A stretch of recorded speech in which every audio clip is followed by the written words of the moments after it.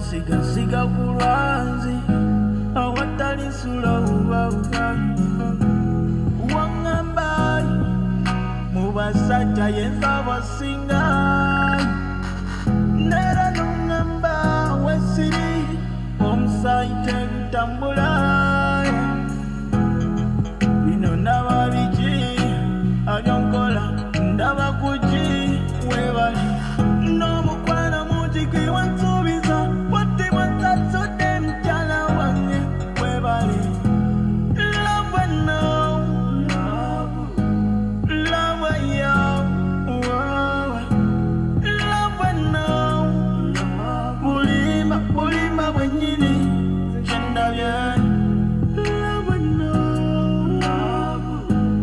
love and yo yeah love and no bulima bwenyini inze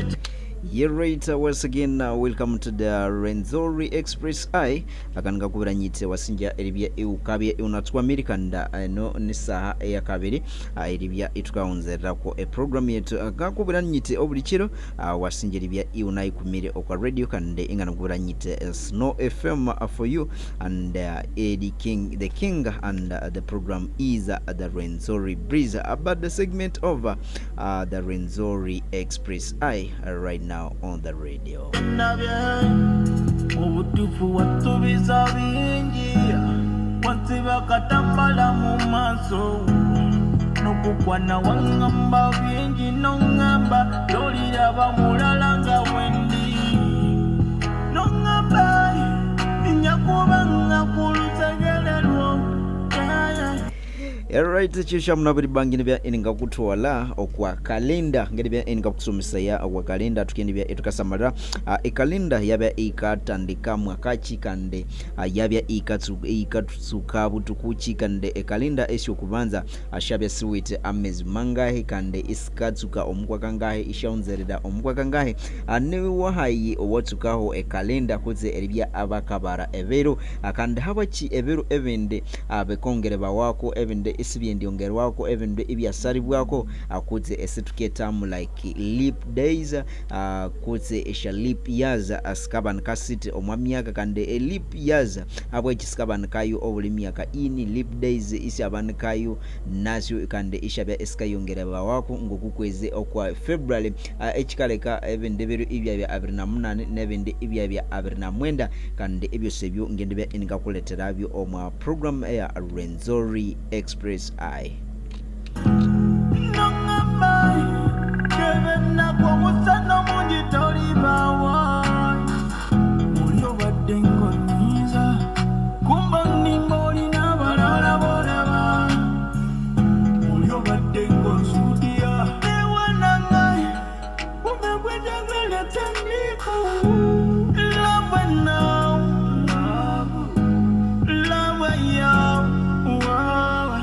You're right, listening the song playing in the background is Mr. Love from Alan Razor. The song playing like right now here at that is Snow FM online radio and with me EDDYKING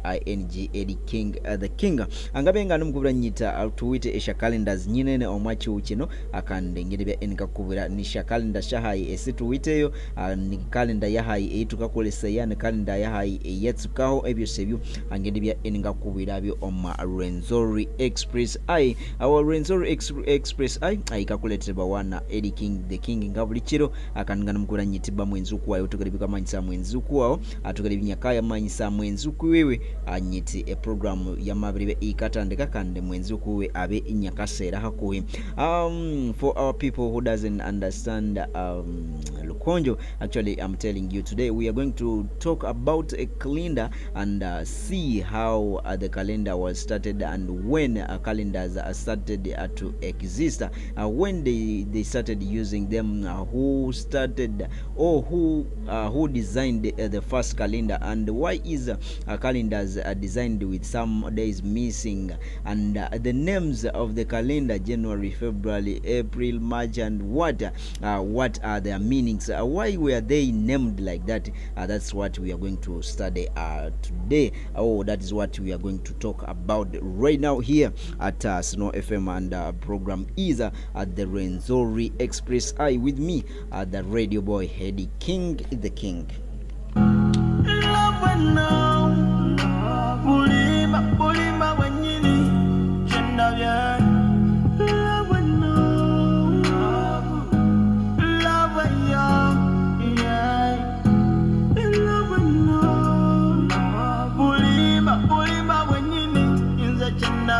Yerretsa muleke tukiribini ngatumirako abainzi betu bakabya ibali kwa radio ngesa anyino angakubira nyiti wasinja eribya iunaulikira ka radio kande ingana mukubira nyiti tukakusomesa ebinene akande itu nomukubira ebikafayo kwa chihu nebyabyaho nebikendesa byaho nebekasa omwamesumu aho atukabya etukakwera yabe okwa Rwenzori Express Eye with me Eddy King the King akande ingana muramucha abo sabakabya ibaulikirire isingibirire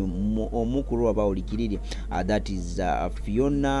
Greetings to you. Anambia ingakura mukaya CEO Kihembo Wilbert namabia ingakura mukaya then the Snow FM staff nyubo sinambia ingabateka with all my presenters nyubo sinamabia ingabara mukaya then Kevin bro adamabia ingakuteka kwasinja eribia iuneyo Dr. Baraka anaonambia ingakuteka kwa actually mwasinja eribia iuneyo abakabya ibakawalikira Monday Pulse nyubo sinambia engabatekako Snow FM listeners nyubo sinambia engabatekako isingibirirwe abusi abakabya ibakachiringira like okwa legacy ya legacy ninyinamabya engabatekako omukulu wa Kiwoma anamabya engakura mukaya ohuangabya iuliaho then abakabya ibakawulikirira omwachidodo abali Kilembe abali Kilembe quarters abali Ekanyangea nyubo sinamabya engabateka kunyiti mwasinja eribya imunaulikiri abali Nyakasangaho abana abechapati abakatsumba echikomando nyubo sinambya engabara mukaya kande isingibiriri abali omukatali kamawa ngakubira nyita amutogeribya emukasera okwa ka radio aneribya emukaulikirira habwachi ekalenda iketeba wamwe ekalenda actually abandu banne hano okwa Kihuwo abantu mukwa bakambwe kalenda yangu 20 kalenda yangu 2022 betsibasi ekalenda ngayabe ikatsuka butukuchi kande abatsuka kwe kalenda angababya ibakolisiri mengichi elangira ngo bakabara ebero bino and then atukabya etukasamalira ukabya ukasamalira buti kalenda ikabara ebero ikabara amezi yabya ikabara nemyaka betika ngakubira nyite abakabara ekalenda ababya ibakatsuka okusha seconds paka erihika oho amezi erika oho chiru chikahwerako then ebamnyambu chambya chiru cyuma erika oho ebero bikahwerako bamnyambu yambya wiki nguma erika osha wiki sikahwerako bamnyambu kwa mabya kwezi omwezi erika oho mezi kahwerako ebamnyambu yamabya myaka akandinga nemkumanyisa nyiti mwenzi kuwayo then bakabya ibakakumanyisa bati aneu emyaka eyikabya iwite ebero beke anende myaka iyabya iwite ebero binene okwayende tukabya tukenda tukasamalira tukalangira tuti ale omwaka wakatunga ebero 13 anga na 5 nonde inyatunga ebero 13 nga namuka so ebyo sebi atukendebya etukabira bamo anaribya etukakangana ya habwachi ebende bikabya 13 anga na 5 ebende ibya 13 nga namuka habwachi okwezi okwakabiri kuwite ebero 28 akande ahande ekwabya ikukasa nebero 29 mwasinja eribya emunaulikiri director Edisel Amity Media Films anabya ingakuteka ko Big Sam Eugene amakuteka ko Virtual Lane namakuteka ko producer Alan Reyes na anabya ingakuteka ko producer Dofe Aksam anabya ingakuteka ko Seyo actually producer Saimo producer Nico Utwali dakade Oyono nyebisira byange Inani mazenga ntambula nkola birala Utwali dakade Oyono nye obudde bwange Ibizero tebigulwa tebidda mabega Uyo batengo niza Kumba nimoli na balala balaba Kumba kusudia Lewananga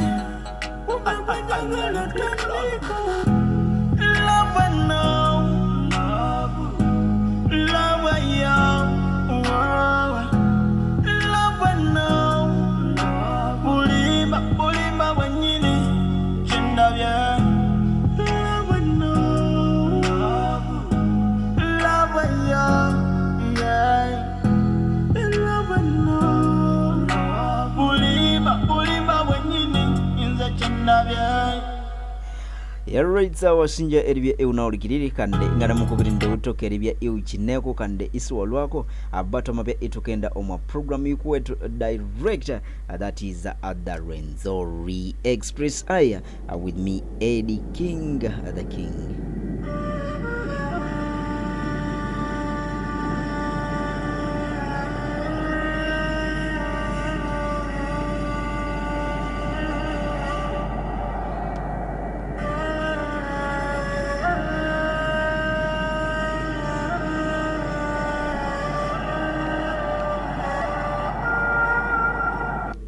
You're right, angiribya ingakubira nyite mwenzu kwaye atutokiribya itukainda direct akandi ingana mukubira nyita atuwite esha calendars ikuminisatu kwa chihowo so atuwite ikete bam Gregorian calendar, tuwite Juliana calendar, tuwite Hindu calendar, tuwite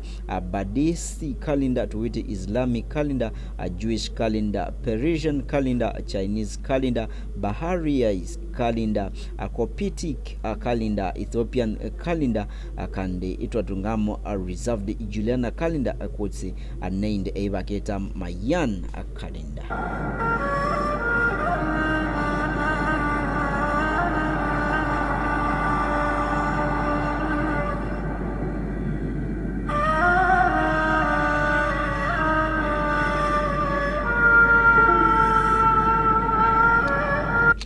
Right, abangine inikakukangana ya calendar nga yabe ikatandikaho obutukuki akanika kubira nyite amwenzi kwaye calendar etukabya etukakolesa okwabero bino ikete bawamo Gregorian calendar ya Gregorian calendar yabya ikatekeba waho na pop owo munani oyubaketamu Gregory mabya inyaka developinga calendar eribya inyaka kolamo calendar etukabya etukakolesa okwabero bino kandi eyabya ikabya developed omwaka owa 1582.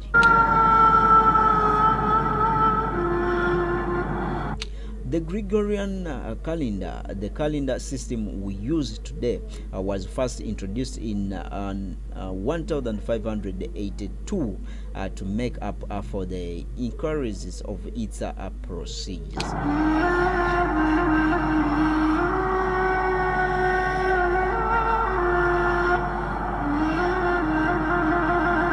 kandi bakakukangana bati omwa calendar eno haleho esha namba akutse evero byuma ne byuma ebyabya ebikachurukibwa then omukangania ebyo sibino kikabe ikikakanganisa ya cheat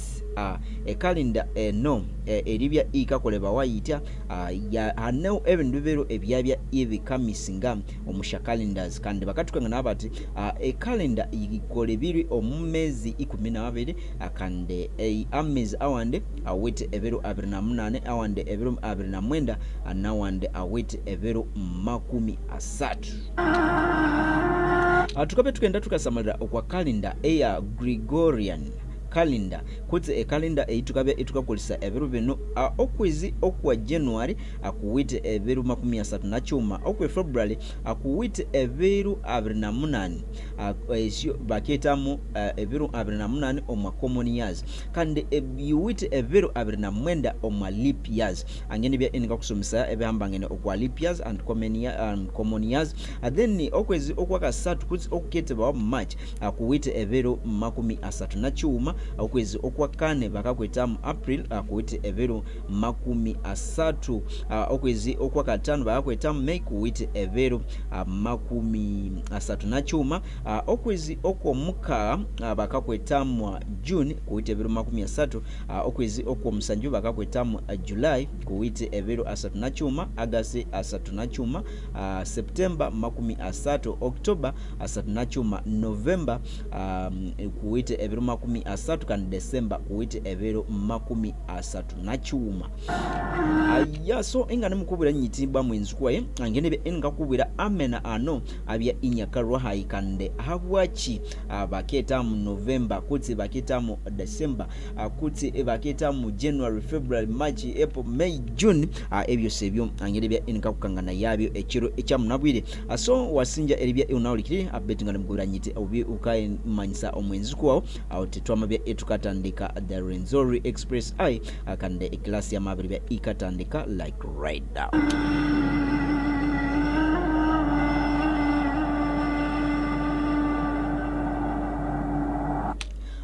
The months originated as a way of making time break up the year into short periods based on the moon's orbit around the earth. The word month is even derived from the word moon.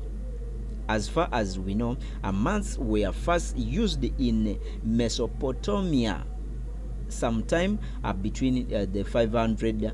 BC and the 400 to measure the natural period related to lunar months or Sidonic months, which is at the time it takes from the moon to go around the moon phases.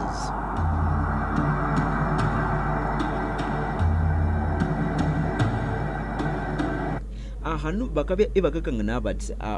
eritekaho emesera kikabya ekikakangana ya obutuku kutse endambi eyo ekiro kikabya ikikatimba eribya ikikaraba okwa kwezi kande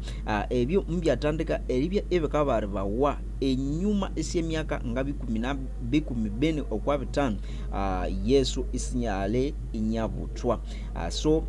aho no babya ebakatandikira erivara. The Gregorian calendar has 4 months that are 30 days long and 7 months that are 31 days long. February is only month that is 28 long in a common year and 29 days long in a leap year. Our current Gregorian calendar and its processor, the Julian calendar, both have 12 months. However, the month names were used today is derived from the Roman calendar, which initially had only 10 months with the calendar year starting in March, which is Matthias.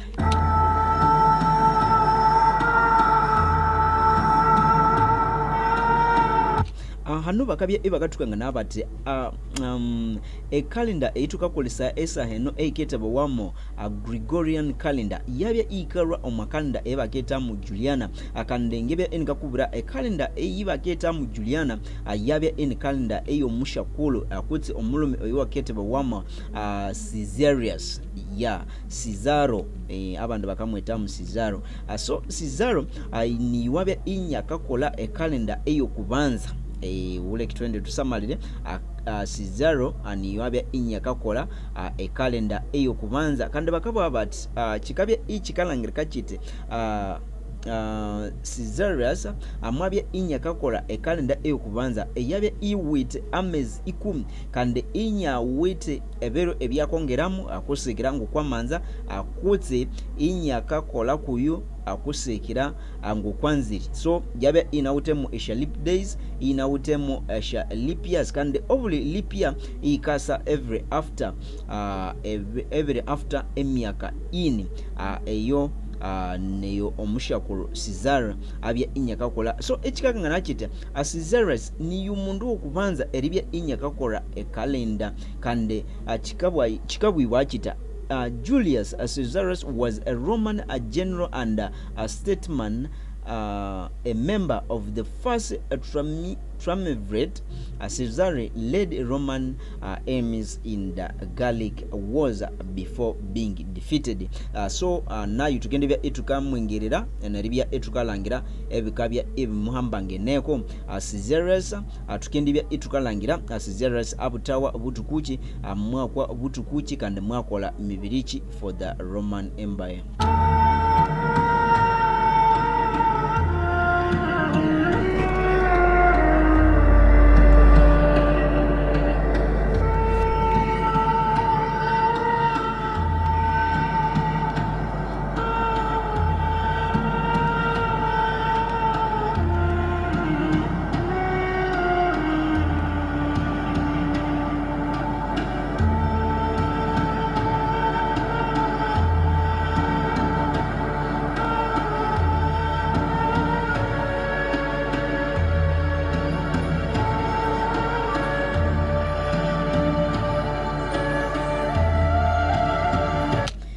wasinja eribya iunatukwamire akande ingana mukubira nyite atukebya itune mwenda alyoro aneribya itukalangira obuli chindo nga kuchabya ichitondera akande chikangana chite omwa calendar eya Gregorius akuti omwa Juliana calendar hanemu ebindibiro ebyabya placed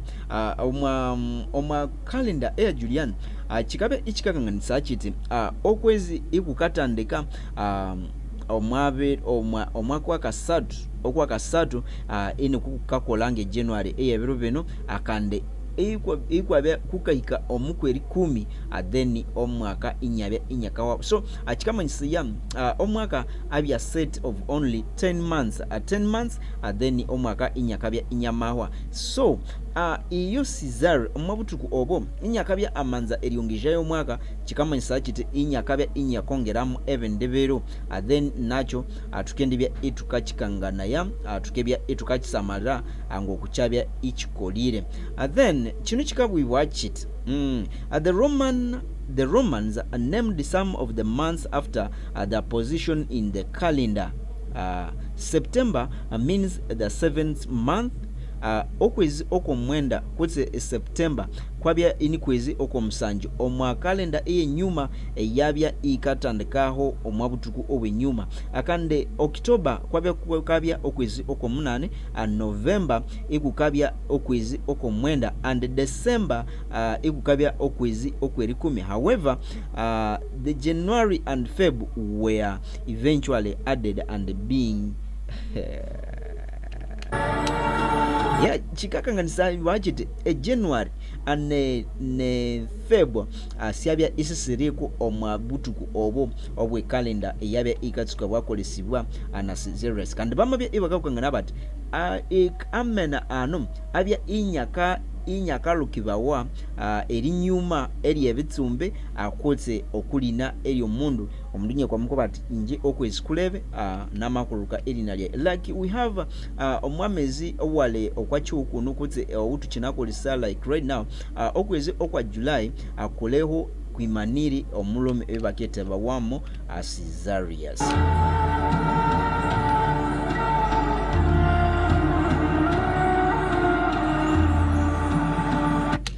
Today, we still call the 9th month the month of September and the 7th month. The Islamic calendar and the Hebrew calendar and the Hindu calendar also use months to divide up the years, although the Gregorian calendar is the most commonly used calendar today. Other calendars are still used in many parts of the world to calculate certain holidays and annual feasts.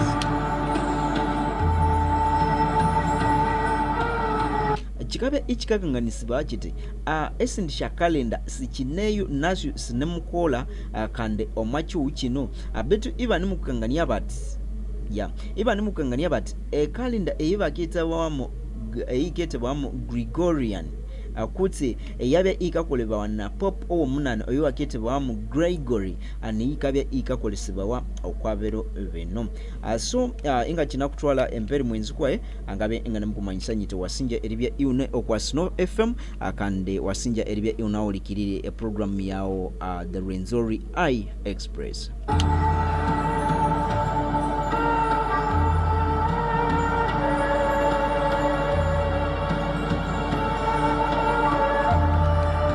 Then chikabe ichikakanganisibwa wachiti months in the ancient Roman calendar included Macedonius, an occasional month after February that would be used to rail the Roman calendar. Yes, today we use leap day for this ailment. Actually abakawambo habya ihale okweze akutse a celebration eibaba ketemo Macedonius eyabe ikabyaho omwakwezi okwakabiri kande ekikamanyisa niyabe kaleka okwezi okwakabiri ikwabya ikukatwiba wako ebero akundiba ikabya ya mahika ebiro biti byahika then iba twakwa ekirikyuma ebya biro 28 kuti yamabya ikendi hika ebiro 28 ebyamabelaba then ibongerako ekiro kiwuma niku kikaba ekikakanganisibwa wakitya then to wit equities are renamed July in honor of Julius Caesar in the 44 BC. Mubabya ibaketa okwezi okomwenda okomusanju eribya ibakakweta mu July erirwa omulina Elia Julius Caesar mu mwaka owa aninini Yesu isale asakoti Yesu isale abutibwa then haliho Sextilis renamed August in honor of Roman Emperor Augustus in the 8th BC. Akande tukabe tukenda tukasamala emperor kuti Roman Emperor ono oyo akite bamu Augustus abya inyakasuba omwabisando ebya Caesarius ahono ngendebe ingakuletera omurume oyo wabe inyakita Caesarius oyo akite bwamo Pompey. So ebyo sebyo tukendebya etukabisamalira omwa program Rwenzori Express Eye.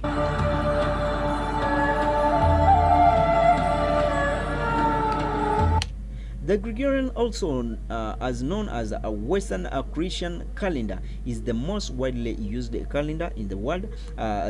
Its processes the Julian calendar was replaced because it did not correctly reflect the actual time it takes the earth to cycle once around the sun as a tropical year. So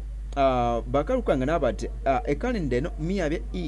ikakyusibwawa habwa yabe isirikangana ya ekihuo kikatimba kiti okwalyuba omwamwaka so mukyabya ikikabuzabuza ya kandi kyamaleka iyabya ikarwaho. In the Julian calendar, a leap day was added every 4 years, which is too frequent. Bakakangana bati a leap day kuti ekiro ekikayongera okwa kiro eche February ekikatekebwa waho kuti ekikayongerako ebero obule myaka in so ekikamanyisa kiti eno calendar yabe isirikangana okwenene ekihu ngokucha matimba okwalyuba so kikyaleka ibabya ibaka replace ngayo.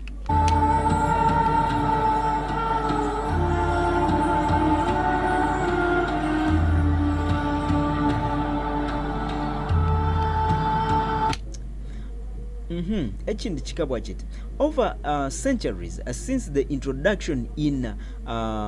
45 BC, the Julian calendar has gradually drifted away from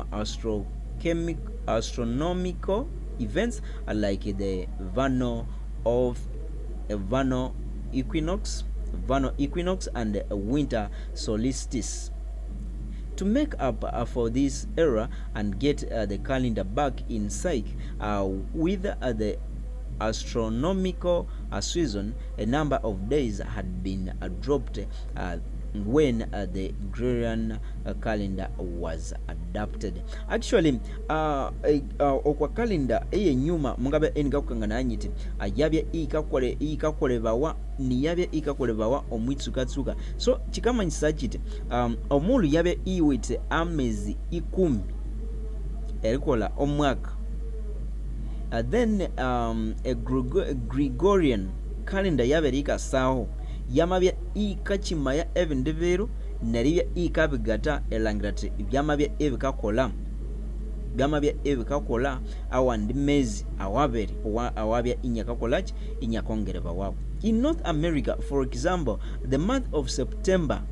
in 1752 had only 19 days, as the day count went straight from September 2nd to September 14th. Okwa map eya America kuti omwa North America bakakangana bati omwa mwaka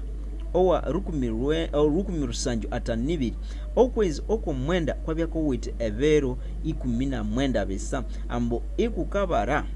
erirwa okwabero bebere erika okwabero 12 so aho bakaba ibakakangana eshalip days ngokushabya iskabya iskatekeba wako then chikangani bachita the purple blue issued the Pope Gregory the 8th in 1582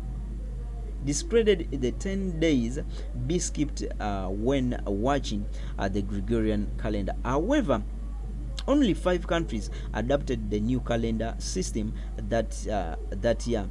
namely Italy, Poland, Portugal, Spain, and most of the France. Yeah. So kino kikagana kiti ba omwaka owa 15 china nibiri ebiru event 10 mubyabya ibikarusibawa omwa kalenda kuti ibikarusibawa okwa omwamere ngo bakabya ibakabaramu ekalenda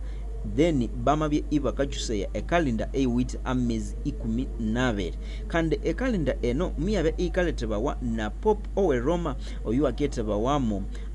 Gregory owo munani omwaka owa 1582 kandi ekalenda eno muyabe ikanzibawa kuti ikakolesibwa lubaluba nabandu abe Italy, abe Poland, abe Portugal, abe Spain newande mahanga awale omwa France. Since the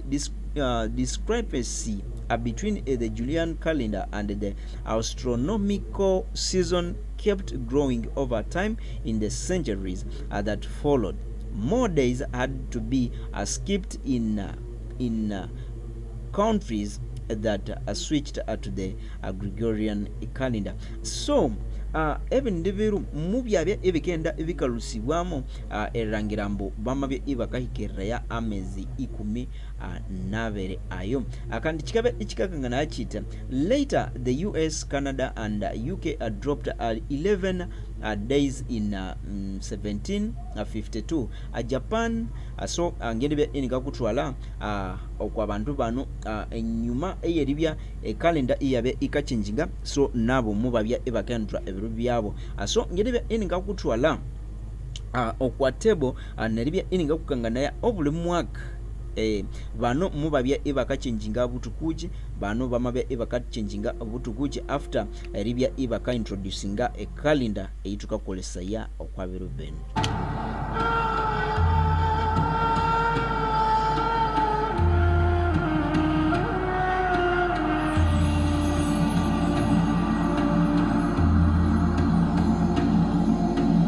Betu chikabe ichikakanganisa chiti ekalenda miyabe ikachuka omwa myaka 13 abando erisala bikiriria ambututolere etrendera okweno calendar akandi chikabe ichikakangana chiti a Gregorian calendar kutse eribya ekalenda ituka kolisa yeno eribya ikatimba omwachi wechosi ayikabya emiyatambula yiti eritandika no mwaka owa 15 china nibiri ekalenda eno miyabe ikakolesibwa omwa France in most areas kandi yamakolesibwa omwa Italy, omwa Poland, omwa Portugal no mwa Spain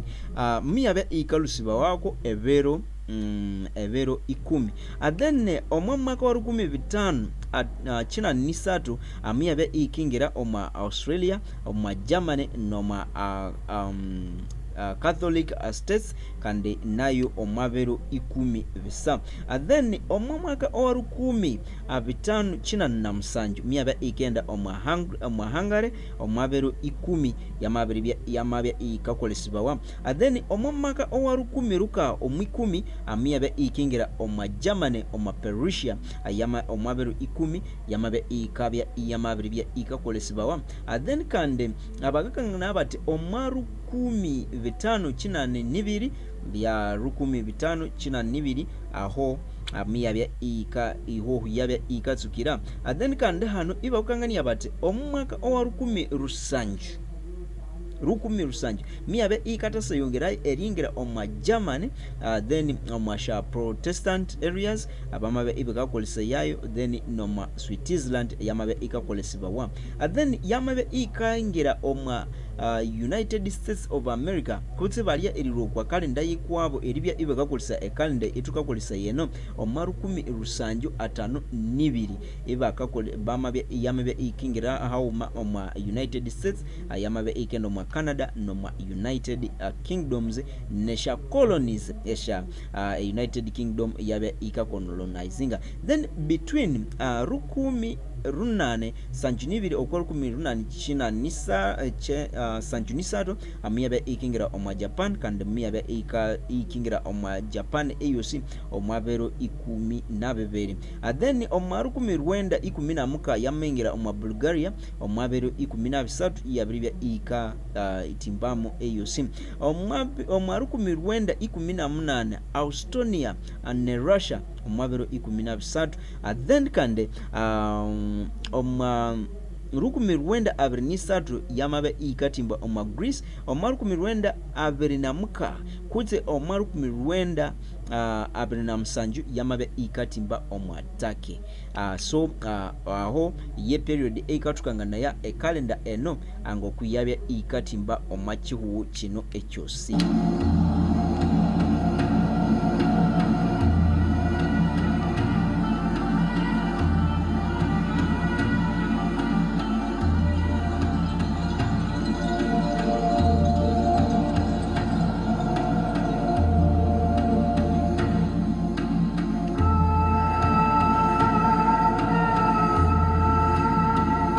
Yeah, so ound mundu aniyeyo animu yibulya at betu akanywa lip days kama nyisiri eche at the intercalary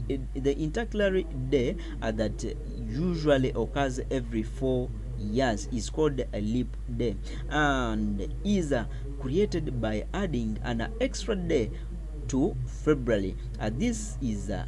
This day is added to the calendar in a leap year as a creative measure because the Earth does not orbit the Sun in the 365 days. Achikamanisa chiti eryuba lyamabe isiri angatoka eritimba okwa chihu ekyosi kyamabe sikyangatoka eritimba okwa lyuba eriunza ebero bisatu angana bitano chikabe ichikamanyisa chiti bakendibya ebakongerako ekiru cyuma ekikekola ebero bisatu ngana muka such that ekihu kyangabya ikikaunzayo eritimba okwa lyuba then ekiru kino ekibakongeramu bakabye ebakachetamu at the leap day akutse omwaka owakabye inyakekola evero bisatu ngana muka now baketamu the leap year ahonga nachasi atwama bibya etukakenga abenkande ingane muku buchanyita Caesarius Julius Caesaro ni wabya inyakakora ekalenda eyo kubanza aso angendebya eninga kutwalayo itwabya etukasamalera evero amezi nemyaka ebyo si ngokubikabya ebere arranged kandi erebara leno ngaliyabya ilikatsuka hayi kwenyine ya wasinjerebya unanyikwamire.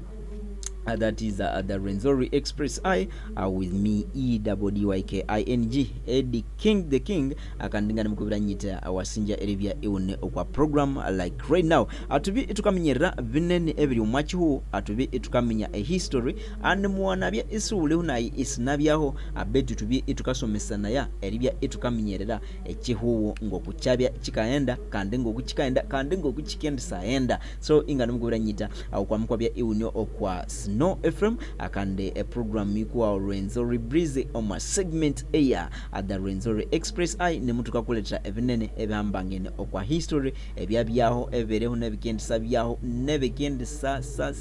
sabyaho ebyose ebyo abikabya ebikakuletebwa wa oma program ikweto eno aben kande ingana mukubira nyiti mwenzi kwaye eribya eukayirinda okwabirwere akangole esuwata naba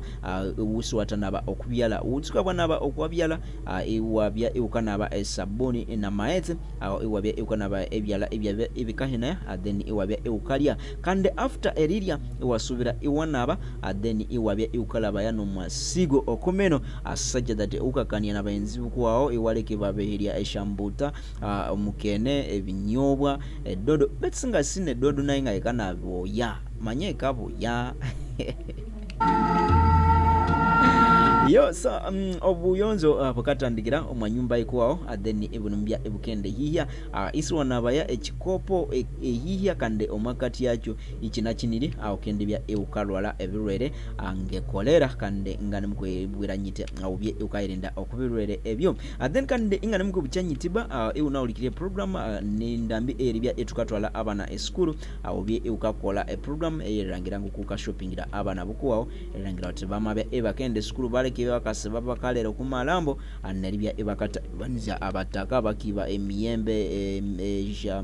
eshandimu nobulikindo actually bakalya amakerere ngebinyonyi ngakubiranyiti ubye eukakola akaplan erangira twamabya eukabatwala okwasukuru ahabiribya ehakasaho bona basome awanganabya eukabatwala Rutambe area okwabona basome akutse okwa government primary school eriba erimanyisa ngubona basome sikirimanyisambo siyanga somera abana bakalaba no chikaherera a chance okumubuti oyo akabya isanga toka akafize akakarakaliri then wangnabya eukabatekerya kande ebabya ebakasoma ebaba munyungura kande ibarwayo nesha grades so aho nonamabya inga kuika ya mwenzi kwa iso abyukayitibitira okwakaduka akaliha kuiwuli ekitabo epeni ne kalamu kande ne raba ubyukabeherera ya omwana w'eskuru endasome kande ingane mukubichanyitiba abana mubye emukabawulira eshambale eshambyaka kande esibalwa kavuga nasyo emikonde omwachalo eshabiritobangoka kwa mataku kangule espainda nasyo eskuru eribya ebakaya kunamira balimu ekyo nakyo nkasali ngabe engaba usako kwa abet ingane mumanyisanyite awasinjeri bya iune okwa Snow FM program yigwawo ni Rwenzori Express Eye.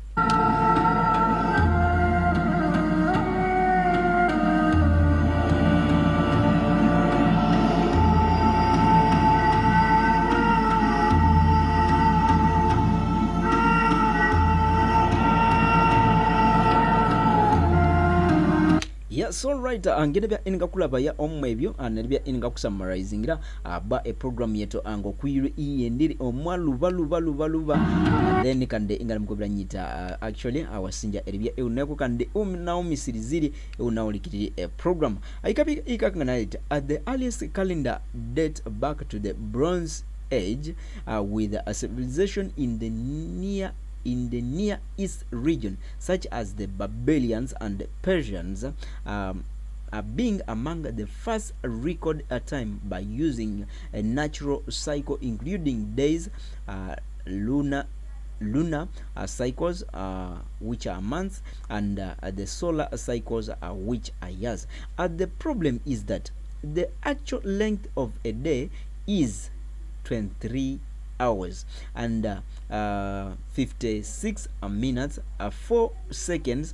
and a month is 28.53 days, and a year is 665.2422 days, making it difficult to devise an exact calendar that is easy to follow.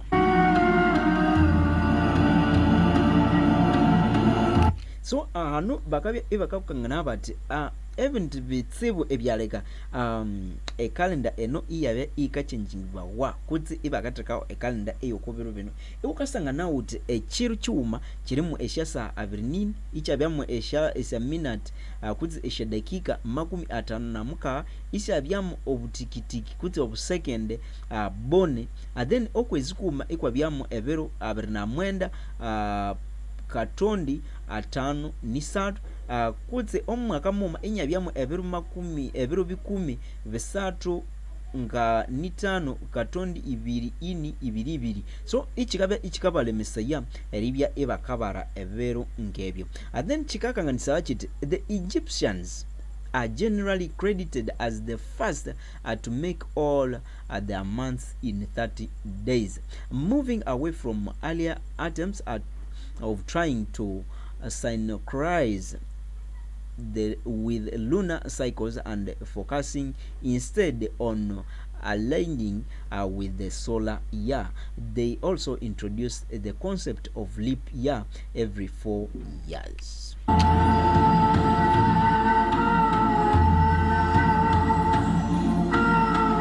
Bitu batambojo emisiri eyiguze Egypt alenga yanabyo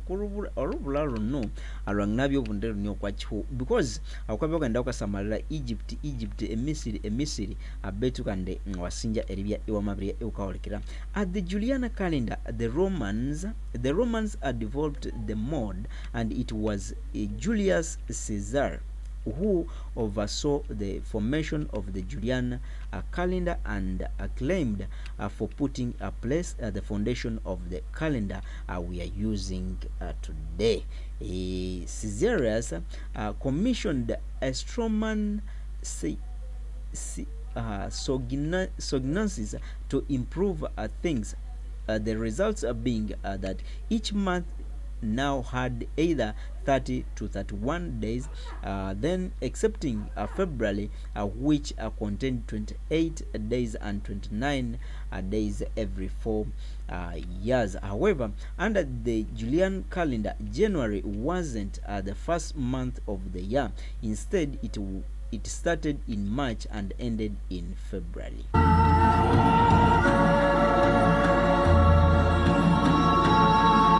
Names of the days of the week. The days of the week were named by Romans with Latin words for the sun, the moon, and the 5 known planets. These names have survived in the European language such as French, Italian, and Spanish, but in English, some of the names for the days of the week also reflect our Anglo-Saxon influence. Bagakangana bati amena awevero omwabaroma abe inyakateke bawaho eribya inyakakangana ya eriyuba okwezi ana nebindi bihu ebitimbire okwakiwu kino so ibakabikolesaya eribya ibakaneminga evero kandi ano bamabe ibakakangana bati example Tuesday in Latin is dies Martis, named after Mars, the Roman god of war, and in French the day is still called Mardi. In Anglo-Saxon, however, it is a Tuesday, after Twin, who was an Anglo-Saxon god of war, and from which we derived a Tuesday.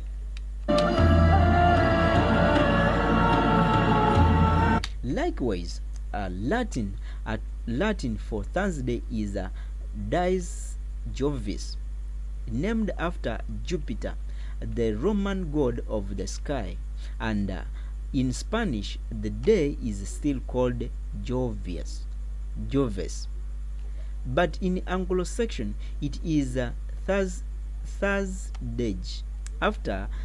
Thor, the god of thunder, and thus we have Thursday.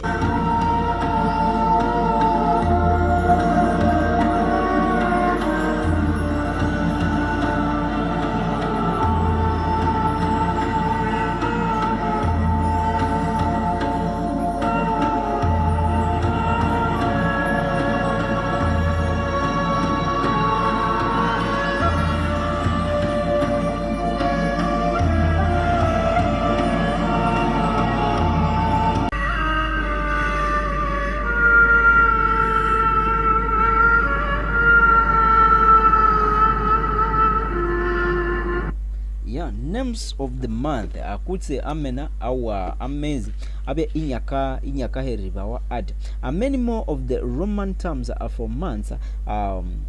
the years still survive in English today. However, as much after Mars, the Roman god of the world, May after Maiai, the Roman earth goddess of growing plants, and June after Juno, the Roman queen of the gods. Actually, then July, as Julius Caesarus gave his name to July, while his successor Augustus followed suit. In the ancient Roman calendar, September to December were listed as the 7th to the 10th month of the year, and thus the name September is Latin for 7, Octo is Latin for 8, then Novem is a Latin name for 9, and Decem is a Latin name for 10.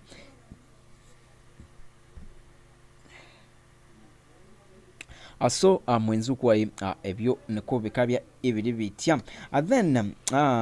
but it wasn't until 582 that the calendar